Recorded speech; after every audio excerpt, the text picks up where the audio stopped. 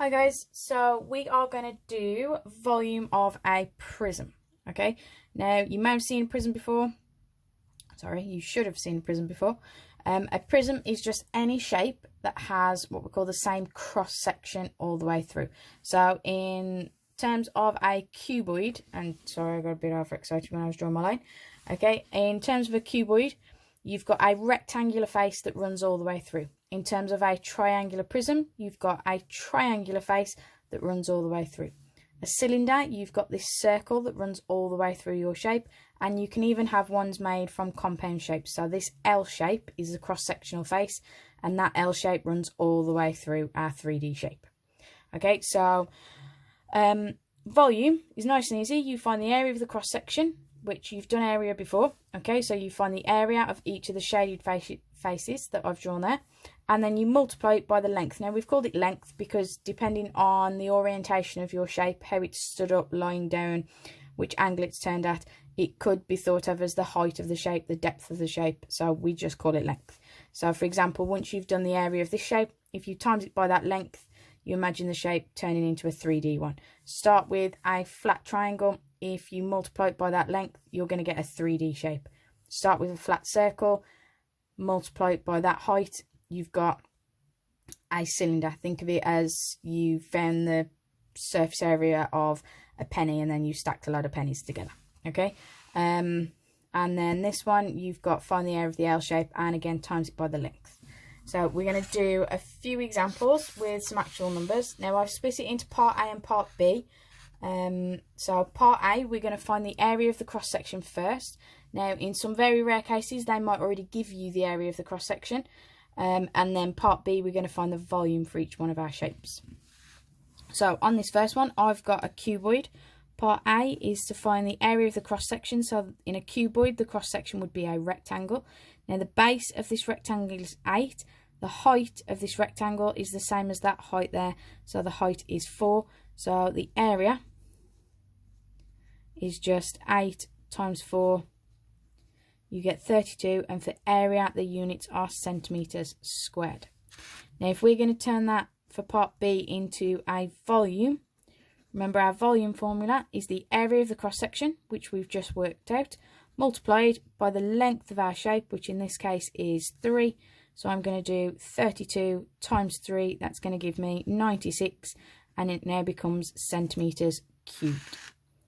Okay, hopefully that one nice and straightforward, although writing a little bit bigger than I expected. On this one, I've just drawn a triangular prism in a slightly different way. Okay, for a start, it's not a right-angled triangle, and then I've laid on its side, so when we talk about the other length, it's that height there. Now be careful, they might give you a diagonal length sometimes. You don't need the diagonal length on triangle, remember. So for this one, for part A, where we're finding the area of the triangle, remember that is base, which in our case is 10, times by the perpendicular height. So that was the height that made a right angle with the base. So 10 times 6, and then because it's a triangle, you half that. So area of the face is 10 times 6 is 60, half of 60 is 30. So the area of our cross-sectional face is 30 centimetres squared. Now if we're going to find volume, you do the area of that cross section and times it by, in this case, the height.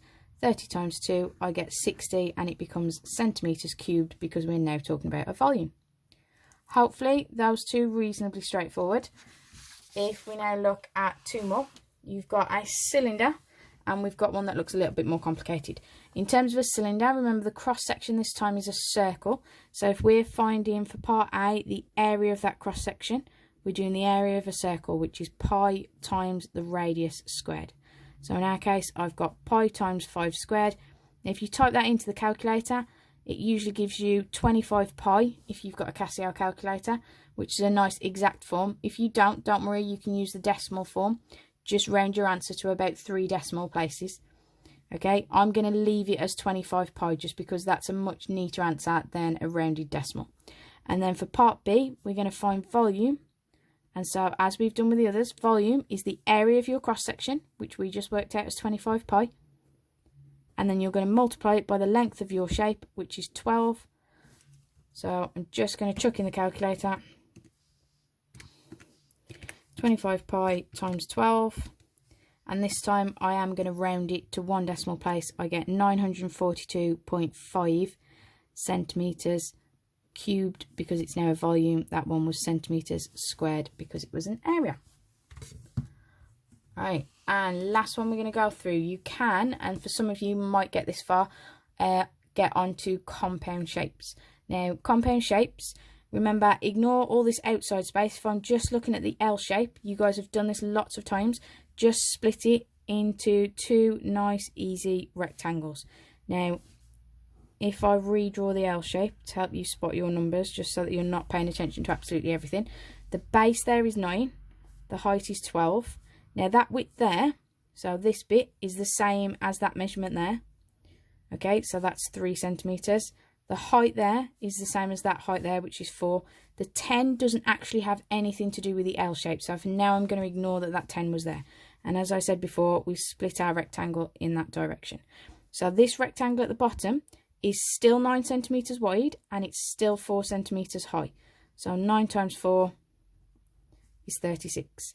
Now this rectangle here, just be careful, it started out at 12 centimetres high, but we've cut this rectangle off the bottom, which was 4 centimetres high. So that means my rectangle is now only 8 centimetres high. So for this one, I'm going to do 8 times 3 is 24. So for part A, the area of our cross section is 24, add 36, you get 60 centimetres squared. So that L shape is 60 centimetres squared. For part B, we're going to turn that into a volume. And remember, our rule for volume is the area of your cross section, no matter how complicated, multiplied by the length of your shape, which in our case is 10. So I'm going to do 60 times 10, it becomes 600. And because it's a volume, it's now centimetres cubed. Okay, hopefully that made sense, guys. You've now got a sheet to have a go at on showing my homework. Let me know if you've got any problems.